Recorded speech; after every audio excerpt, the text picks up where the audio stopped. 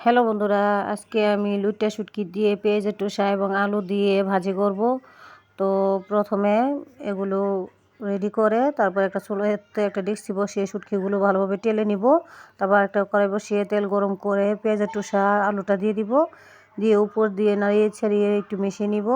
তারপর নুন হলুদ দিয়ে যখন কিছুটা ভাজা ভাজা হয়ে যাবে তখন এতে কয়েকটা কাঁচামরিচ আর কিছু পেঁয়াজ কুচি দিয়ে আবারও ভালোভাবে নাড়িয়ে ছাড়িয়ে নিব যাতে একসঙ্গে ভাজা হয়ে যায়। তারপর যখন কিছুটা ভাজা হয়ে যাবে তখন ধুয়ে রাখা লুইট্টা শুটকিগুলো দিয়ে দিব, দিয়ে আবারও ভালোভাবে একটু ভেজে নেব। তারপর উপর দিয়ে হলুদের গুঁড়া, পরিমাণ মতো মরিচের গুঁড়া এবং স্বাদ মতো লবণ দিয়ে ভালোভাবে মিশিয়ে তারপর পরিমাণ মতো পানি দিয়ে দিব। তো এটা আমি শুকনো শুকনো ভাজি করব, তো বেশি একটা ঝোল দিব না।